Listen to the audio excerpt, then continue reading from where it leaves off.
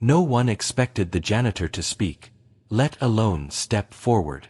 Under the scorching Texas sun, surrounded by journalists, engineers, and executives in $1,000 suits, a prototype electric vehicle sat dead silent. A multi-million-dollar project that had been hyped for months, completely lifeless in front of a live press demo. Panic rippled through the crowd. Someone cursed under their breath. CEO Grant Callahan's jaw clenched. And then, he saw her. Veronica Miles stood quietly nearby, wearing a Navy janitor's uniform, a mop handle resting lightly in her hand.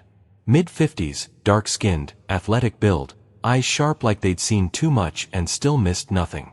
She hadn't moved, hadn't spoken, but she'd been watching. Callahan narrowed his eyes and scoffed.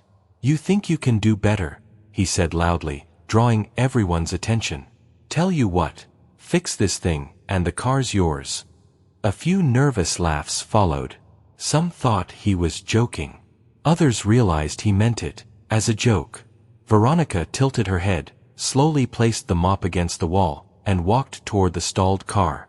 The murmurs started instantly. "Is she serious? Someone stop her. This can't be happening." She didn't answer. She didn't need to. Her hands moved with precision as she opened the hood and leaned in. No hesitation. Just confidence. 60 seconds. That's how long it took her to locate the miswired node in the AI relay junction, something 6 engineers had missed in 2 weeks.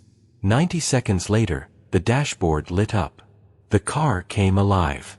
A hum filled the air. A soft, steady hum. And then, silence. But not from the vehicle, from the people. The CEO's mouth hung slightly open. Journalists lowered their phones. One engineer dropped his coffee. Veronica wiped her hands on a rag she'd brought from her cart and said, "Looks like it just needed the right touch." What happened next changed everything. But to understand how this moment turned a janitor into the most talked-about mind in tech, we have to go back to a story the world almost missed entirely. Stay with me. Before she became the janitor who rewired a $3 million car in under 2 minutes, Veronica Miles was just invisible. Not because she lacked brilliance. Not because she hadn't earned her stripes. But because brilliance, when wrapped in dark skin and a maintenance uniform, has a way of being overlooked in boardrooms full of buzzwords and blazers. 25 years ago, Veronica wasn't mopping floors, she was rewriting them. Specifically, the neural pathways of early adaptive learning algorithms at a Boston tech firm called NeuronPath. She wasn't just part of the team, she led it. At 29, she was a rising star. Patents, keynote speeches, a promising fellowship offer from Stanford, all of it. Until she saw something she wasn't supposed to. A military contract. Buried in the codebase of a civilian guidance system, Veronica found an override that stripped the AI of its ethical constraints. It could be used to turn autonomous vehicles into precision weapons. When she raised concerns, she wasn't applauded for integrity, she was labeled difficult, disruptive, a liability. The grant was pulled. Her credentials questioned. Then came the NDA, and the silence. Just like that, her career was over. She moved to Austin to be closer to her sister, who had fallen ill. Started fresh. Took the job at Apex Automations, not because she had to, but because it gave her something steady. Something honest. It also gave her time. Time to read. Time to think. Time to tinker in her garage at night with parts pulled from scrap piles and old motherboards no one wanted. But Veronica never told anyone about that life. To the staff at Apex, she was the woman who kept the break room microwave working. Who restocked the printer paper without being asked. Who fixed jammed thermostats without ever calling IT. No LinkedIn profile. No framed degrees. Just her name stitched into a uniform. Veronica. And she was fine with that. Until Jasmine Reed showed up. The 22-year-old intern with the curious eyes and a head full of questions. One morning, Jasmine noticed Veronica fiddling with a server fan in the hallway. It was vibrating off rhythm, most wouldn't have even noticed. But Veronica did. And she fixed it with a small twist of a hex key. "You always this handy?" Jasmine had asked with a half-smile. Veronica shrugged. "Just paying attention." It was a small moment, easy to overlook. But Jasmine didn't. And from that point forward, a quiet alliance began to form. Jasmine didn't know who Veronica was, not yet, but she knew she was someone. Someone different. And Veronica? She didn't know it yet either, but something inside her was waking up. Not resentment. Not revenge. Readiness. Because when the world had erased her, she'd let it. But now, the world was about to remember. At Apex Automations, the engineers got the headlines. The executives got the bonuses. And the janitors? They got the silence. Veronica Miles preferred it that way, until it became clear just how loud silence could be. Every morning at 5:45 a.m., well before the badge scanners beeped and the espresso machines buzzed to life, she was already inside. Not just cleaning, watching, listening, fixing. In the server room on floor 4, an overheating node had been setting off minor alerts for weeks. IT filed a ticket, but no one followed up. Veronica walked in one morning with a tiny screwdriver and a thermal pad she bought with her own money. 10 minutes later, the alerts stopped, for good. On floor 2, the biometric door reader outside the research wing failed 3 times in 1 week. Facilities blamed humidity. Security blamed the wiring. Veronica blamed no one. She just resoldered the faulty joint herself and left a sticky note, "Try now." The engineers assumed someone in IT finally handled it. In the executive boardroom, the projection system had been flickering for months. VPs postponed meetings. AV teams shrugged. Veronica replaced the ballast, dusted the lens, and realigned the display. The next meeting? Crystal clear. But no one asked who fixed it. It was always someone. Never her. And she didn't mind. Not exactly. But Jasmine noticed. She started keeping a list in her notebook titled, "Veronica's Fixes." A squeaky hinge in the analytics pod. A backup battery for the R&D fridge. Even the creaking floor tile near the west entrance that Veronica reinforced using scrap sheet metal. "Have you ever thought of working in facilities?" Jasmine asked once, half joking. Veronica just smiled. "I like being underestimated. It's quieter." But Jasmine wasn't laughing. She'd seen engineers with master's degrees struggle to troubleshoot half the things Veronica solved with a piece of gum, a soldering pen, and some patience. And it wasn't just the fixes. It was how she moved. Veronica didn't walk like someone invisible. She walked like someone waiting for something. Like someone with secrets. Like someone who used to matter more than she let on. Still, in the eyes of most, she was just Miss V, the janitor who made a mean sweet tea and always knew when the vending machine was about to jam. But what they didn't see was a woman who had quietly mapped the entire building, its systems, its flaws, its unspoken hierarchy. A woman who had once designed machine intelligence to mimic human intuition, and now used that same intuition to know which printer was going to fail before it did. They saw the uniform, the gloves, the cart, but they missed the mind. And that mind was about to change everything. Some revolutions don't start with shouting, they begin with quiet questions. That's exactly how it started between Jasmine Reed and Veronica Miles. It wasn't dramatic. There was no lightning bolt, no grand aha moment. Just a slow, persistent noticing. Jasmine was new, sharp, and observant in ways that made people either nervous or dismissive. She asked too many questions, and she noticed things others didn't. Like how Veronica never carried a clipboard, but always seemed to know which systems were failing before they did. One morning, Jasmine caught Veronica adjusting the angle of a ventilation duct in Lab 3. Most would have walked by. Jasmine stopped. "That's not in your job description," she said casually, eyeing the ductwork. Veronica looked down from the stepladder, her wrench in hand. "Neither is listening to elevator motors hum out of sync." but it saves money in the long run. Jasmine blinked. You've got a background in mechanical systems? Veronica didn't answer right away. She just tightened one more bolt and climbed down.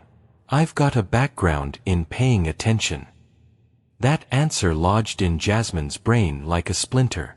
It wasn't evasive, it was precise. Later that day, Jasmine found herself running tests in the R&D sandbox. The AI prototype was stuck in a feedback loop, again. Senior engineers said they needed a firmware update. Jasmine wasn't so sure. That night, while waiting for her simulation to finish running, she wandered past the break room and saw Veronica adjusting the internal wiring of the automatic door opener with what looked like a custom circuit mod. Her movements were methodical, fast, surgical. You know that's not standard wiring, right? Jasmine asked. Veronica smiled without looking up. Neither is the AI code in your sandbox. Jasmine froze. Wait, how do you? I walk past that lab every night. I can hear the loop running from the hallway. That was the moment it clicked for Jasmine. Veronica wasn't just handy. She was technical.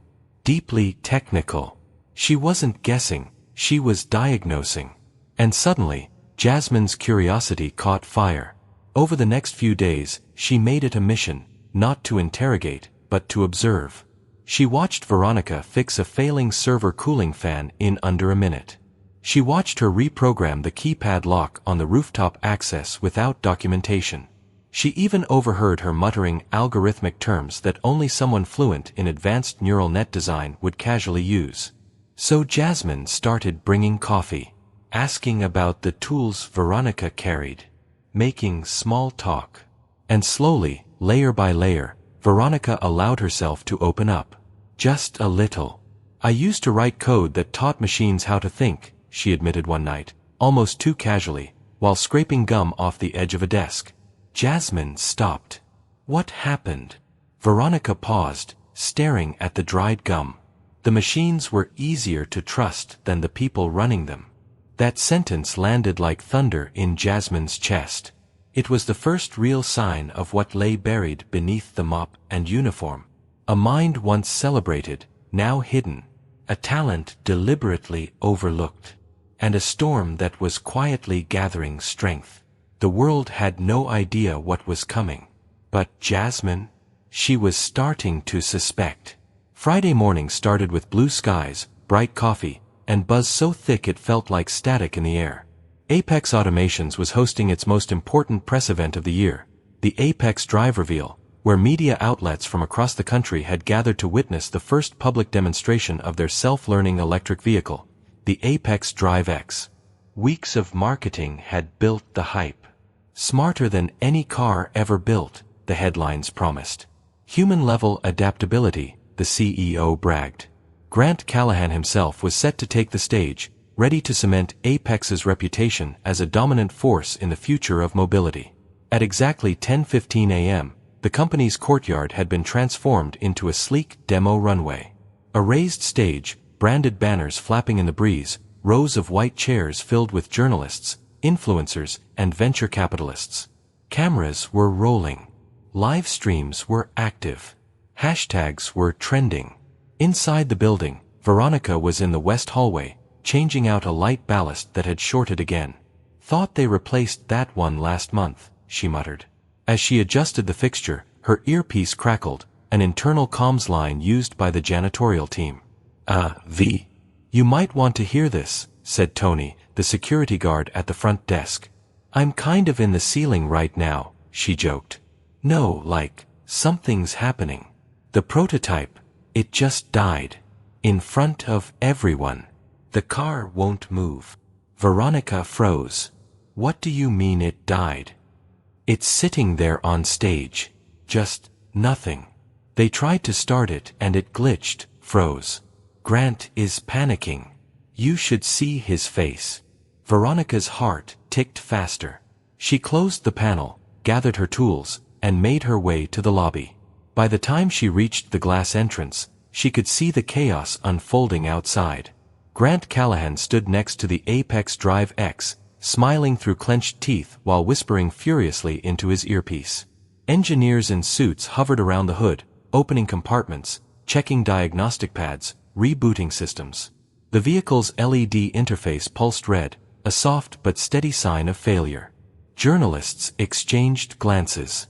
Someone in the crowd muttered, "Did they really bring a lemon to a launch?" Veronica watched from behind the glass, unseen. Her eyes scanned the setup. She didn't need a schematic. She didn't need access. She already knew. The signs were too familiar, an overcompensated feedback loop choking the vehicle's adaptive response layer. Same failure she'd once warned Neuron Path about, decades ago. Inside, Jasmine sprinted down the hallway toward her. "You saw it." Veronica nodded. "You know what's wrong, don't you?" Another nod. "I'd bet my last wrench it's a recursive diagnostic stall." Jasmine exhaled. "They've got every lead engineer out there. And they're panicking." Veronica turned back toward the glass. The car, once marketed as the future of motion, now looked frozen, paralyzed by the very intelligence it was designed to harness. "You think they'll fix it?" Jasmine asked. Veronica's lips curved ever so slightly. "Not in time." And with that, the moment had arrived. The storm wasn't coming, it was already here. The sun hung high above Austin, heat waves rising from the courtyard pavement like tension off Grant Callahan's brow. Cameras zoomed in.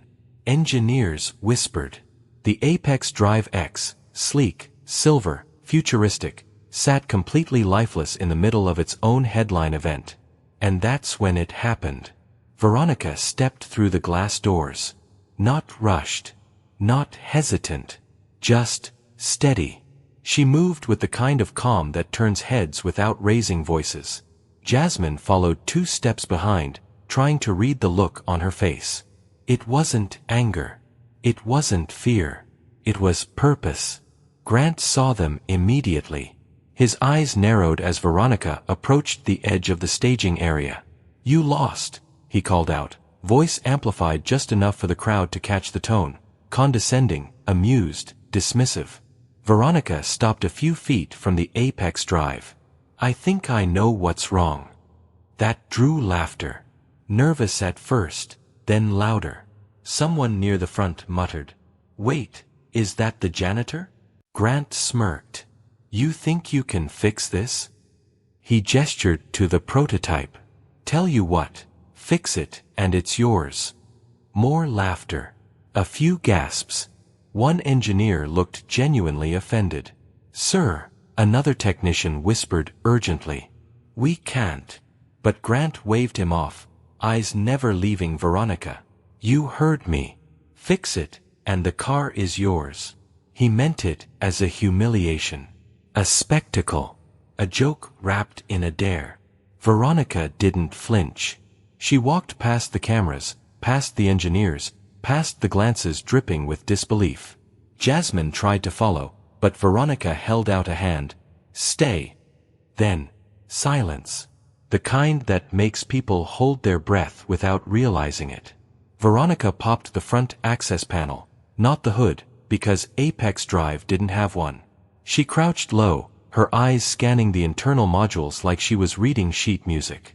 In seconds, her fingers found the diagnostic bypass tucked beneath the primary AI relay. She tapped the sensor once, felt the rhythm. A stall in the cascade loop. She'd seen it before. Same architecture mistake. Different decade. Veronica pulled a torque wrench from her back pocket, then paused. "I'm going to disconnect 2 nodes, she said out loud, addressing no one in particular. "Don't touch anything," an engineer cried. "That's sensitive tech." "She'll void the warranty," someone else muttered. But Veronica had already adjusted the relay tension and realigned the thermal sink. She stood, took a small step back, and said quietly, "Try it now." Grant raised an eyebrow, smirk ready. But he humored her, pressed the ignition on the remote pad. And then, it happened. The lights on the Apex Drive flickered once. Then, twice. A low hum began to build, steady and sure. The onboard dashboard lit up in sequence, green across the board. Sensors recalibrated. Systems reset. The vehicle came alive. The crowd gasped. Phones shot up. Journalists whispered furiously into their mics. Engineers just stared. Grant. He froze. Must have been a loose connection, he muttered, already reaching to close the panel. Veronica didn't respond. She wiped her hands on a cloth, returned her wrench to her belt, and walked away. But Jasmine? She just stood there, whispering to herself. That wasn't luck. That was design. The world had just watched a janitor fix the future. And suddenly, no one was laughing anymore. By nightfall, the courtyard had emptied, but the internet was only just waking up.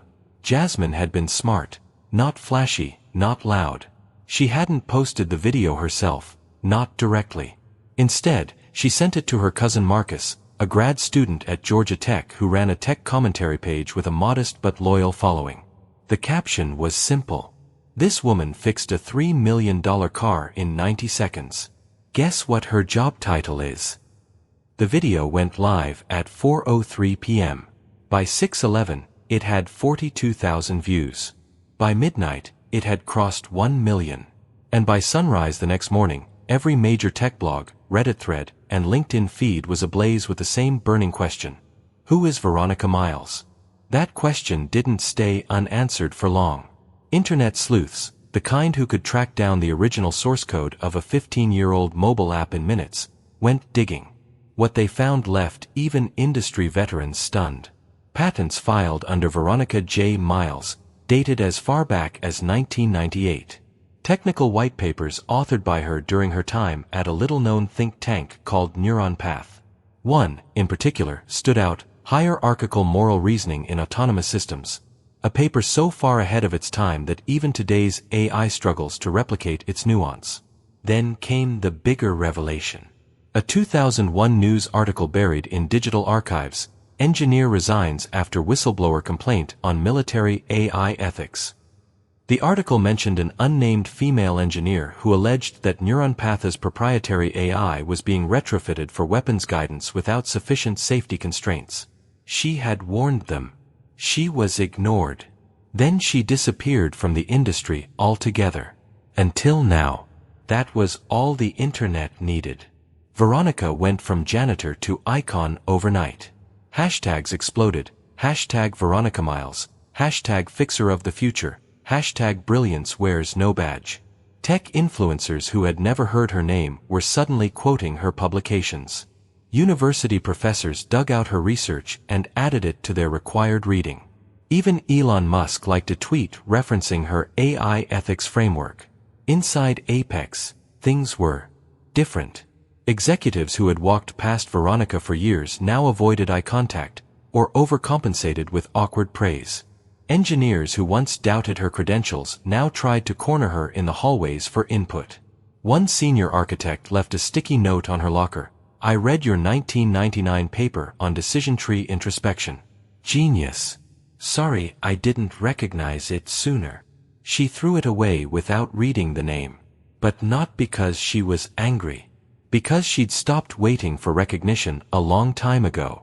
The truth had found its way out, and that was enough. Jasmine, meanwhile, was still playing catch-up with the speed of it all. She watched her DMs overflow. Recruiters from Google, Tesla, MIT's Media Lab, all asking questions about Veronica. But she deflected, politely but firmly. If you want to know who she is, she'd write back, go read what she wrote before any of you cared. That weekend, Veronica sat alone on her apartment balcony, the city skyline of Austin glowing quietly in the distance. She held a copy of that old 2001 article, now printed and highlighted on her kitchen table. For the first time in 2 decades, her name was no longer buried. It was being spoken, loud, proud, and finally, with respect. The Apex executive floor was usually a place of polished control: glass walls, expensive chairs, quiet conversations behind closed doors. But today, the tension was thick enough to choke on. CEO Grant Callahan stood at the center of Conference Room Delta, flanked by 2 top legal advisors and his visibly rattled communications director. The flat screen on the wall displayed a paused frame from the now viral video. Veronica Miles, mid-step, just after restarting the Apex Drive X. Her janitor uniform clearly visible. Her name now unavoidable. "This is AF**************************************************************************************************************************************************************************************************************************Sir, slamming his hand on the polished table. "That video makes me look like a clown. We were supposed to own the narrative, and now we're the joke." "Sir," the PR lead began cautiously. Technically, she saved the event. The car launched successfully. Because a janitor rewired it with a goddamn wrench. The room went silent. Behind closed doors, Grant's ego wasn't charming, it was volatile. And this wasn't just embarrassment. It was fear. Fear of scrutiny. Fear of accountability. Fear that someone the world had written off just appended the hierarchy he'd carefully constructed. The general counsel cleared his throat. "The board's calling an emergency session. Investors want to know why someone with Veronica Miles's credentials is on the janitorial payroll. There's already speculation about discrimination, blacklisting." "It's optics," Grant interrupted. "We spin it. Human interest story. Redemption arc. Maybe we offer her a promotion in facilities. Get her off the floor, out of sight." "Sir," said Dana Morales, the head of HR, folding her arms, "she's not a mascot. She's a pioneer in autonomous ethics, and now the world knows it. Offering her a facilities supervisor position would be insulting." Grant turned to her, eyes narrowing. "Then what do you suggest?" Dana didn't flinch. "Start with an apology. Then find out why someone like her ended up cleaning our floors instead of designing our future." That didn't sit well with Grant. His jaw tensed. "She doesn't want a seat at the table," he muttered. "She wants the table rebuilt." Meanwhile, on the 3rd floor, Veronica continued her routine like nothing had changed. She buffed the hallway tiles with quiet precision, pausing only to return a dropped pen to an intern rushing past. But inside, she could feel it shifting. The stairs were different now. The whispers didn't sting. They simmered. Her badge still said, "Support Services," but suddenly everyone wanted her opinion on machine ethics. That afternoon, a junior engineer knocked softly on the janitor's closet door. "Miss Miles? The R&D team would like to invite you to a roundtable discussion this Friday. Just to hear your thoughts." Veronica raised an eyebrow. "Round table?" "Yeah. And, the CTO asked if you'd be interested in consulting, temporarily." Veronica smiled faintly. Temporarily. Of course. Across the building, in a different corner office, Jasmine watched the chaos unfold and whispered under her breath, "You shouldn't have underestimated her, Mr. Callahan." The machine had been rebooted. Now the system was next. The invitation came wrapped in gold trim and tension. On Monday morning, a formal letter arrived at Veronica's locker, hand-delivered, not emailed. Thick envelope, Apex letterhead, embossed seal. Inside, a polite summons from CEO Grant Callahan himself. "Ms. Miles, we would be honored to have you participate in a closed-door technical review of our AI development strategy.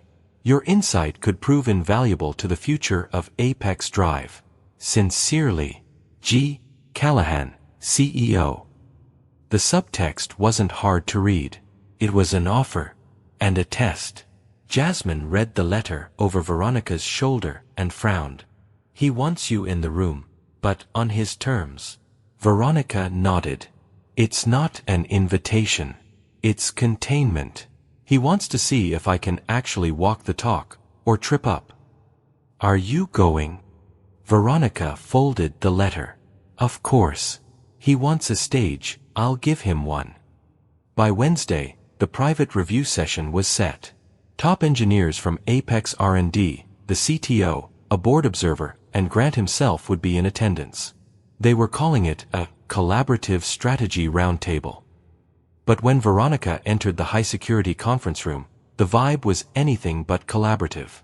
The walls were lined with digital whiteboards. Schematics filled the screens.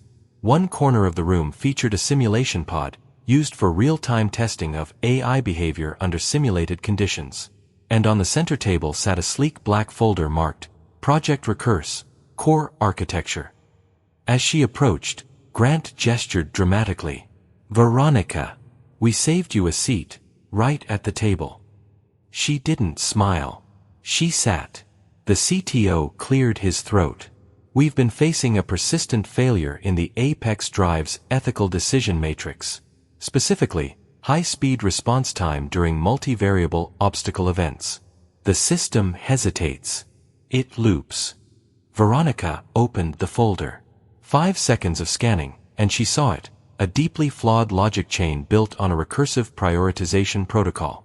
Complex, overly elegant, designed to impress on paper, not perform in real life. "This is recursive code wrapped inside a recursive failsafe," she said aloud. "You're feeding uncertainty into uncertainty." The room went quiet. Grant broke the silence. "And what would you do differently?" Veronica met his gaze. "I'd delete it." More silence. Then soft laughter from someone near the back. "You want us to gut 6 months of development?" "No," she replied. "I want you to stop writing code that sounds smart and start writing code that is smart." The CTO looked stunned. The board observer started taking furious notes. Grant smiled tightly. "So then, prove it." He turned toward the simulation pod. "We've prepared a sandbox version of the framework. Let's see your fix. Live." Veronica rose slowly, her expression unreadable. Jasmine, seated in the observation gallery, leaned forward, her stomach tight. Here it was. Not just a test, but a trap. They'd given her no prep, no access to proprietary tools, and a purposely unstable build. It wasn't collaboration, it was designed for her to fail. To discredit her before the board could elevate her. But they'd miscalculated. Because while they had built complexity for performance, Veronica had built clarity for survival. And that kind of code never crashes. Veronica didn't walk toward the console. She walked past it.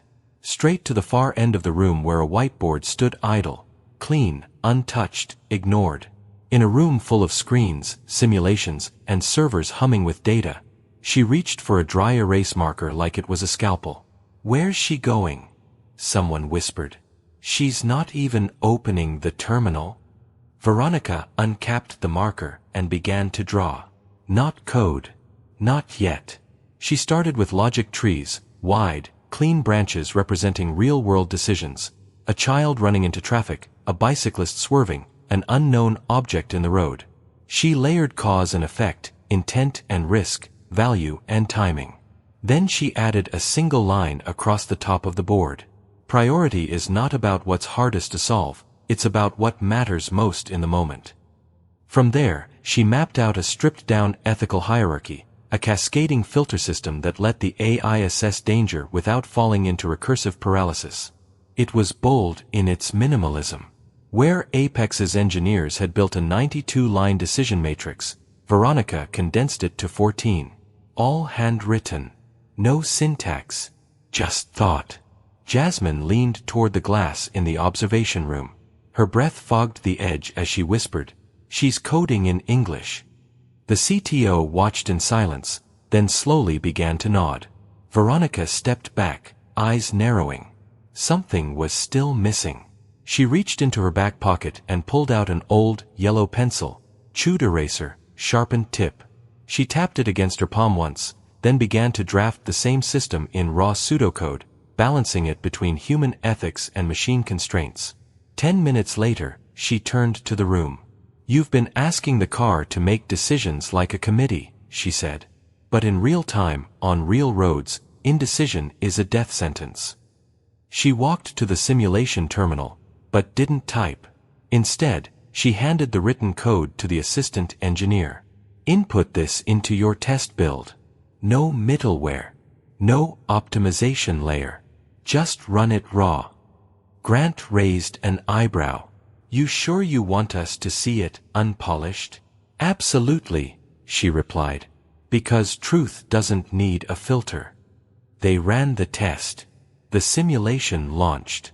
A virtual apex drive entered a city grid scenario: rain, traffic, construction. The ethical test fired: 2 pedestrians, 1 animal, an open lane with unknown data. Where the previous version froze, stalled, or chose at random, Veronica's algorithm made the correct decision in 0.3 seconds. Then again. Then again. Then again. 5 test loops, 0 errors. The engineers in the room sat back slowly. One looked visibly shaken. It's elegant, someone muttered. Too simple to be this effective. That's why it works, the CTO said quietly. Grant stared at the screen, lips pressed so tight they turned white. Veronica crossed her arms. You tried to set me up to fail, she said calmly. But I don't need access to your system.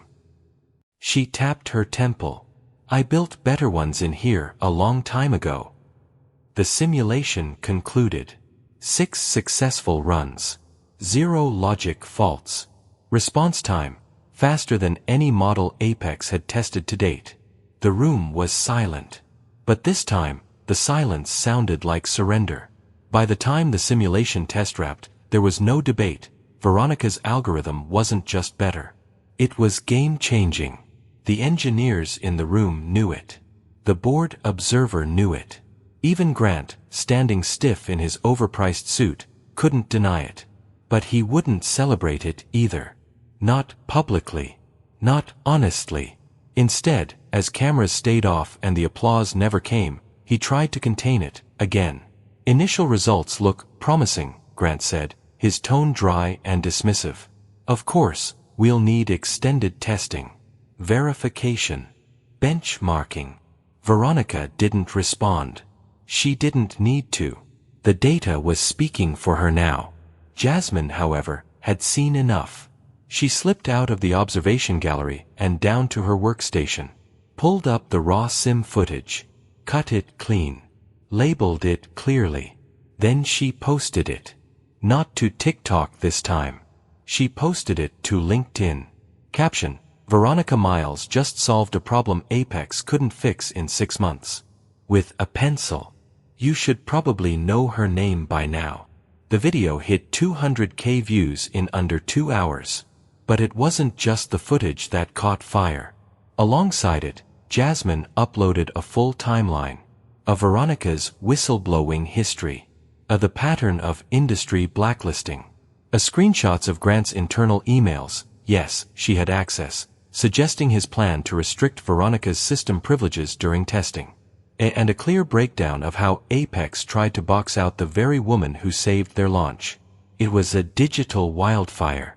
By nightfall, Veronica was trending, again. Hashtag miles ahead. Hashtag unfiltered genius. Hashtag fixer of the future. Tech media picked it up. Ethics blogs ran the story. Professors called it a textbook case of corporate erasure. And for the second time in a week, Grant Callahan's name was attached to the wrong kind of headlines. Behind closed doors, Apex board members scheduled a vote of no confidence. Veronica received an email from the chief legal officer. No lawsuit. No threats. Just a subject line that said, "We owe you a conversation." And in a quiet corner of her small apartment, Veronica watched the numbers roll in. Not views, not shares. Respect. Recognition. Not because she demanded it. Because the world refused to ignore her this time. For 20 years, she had been the quiet mind in the background. But now, she wasn't just in the room. She was the story.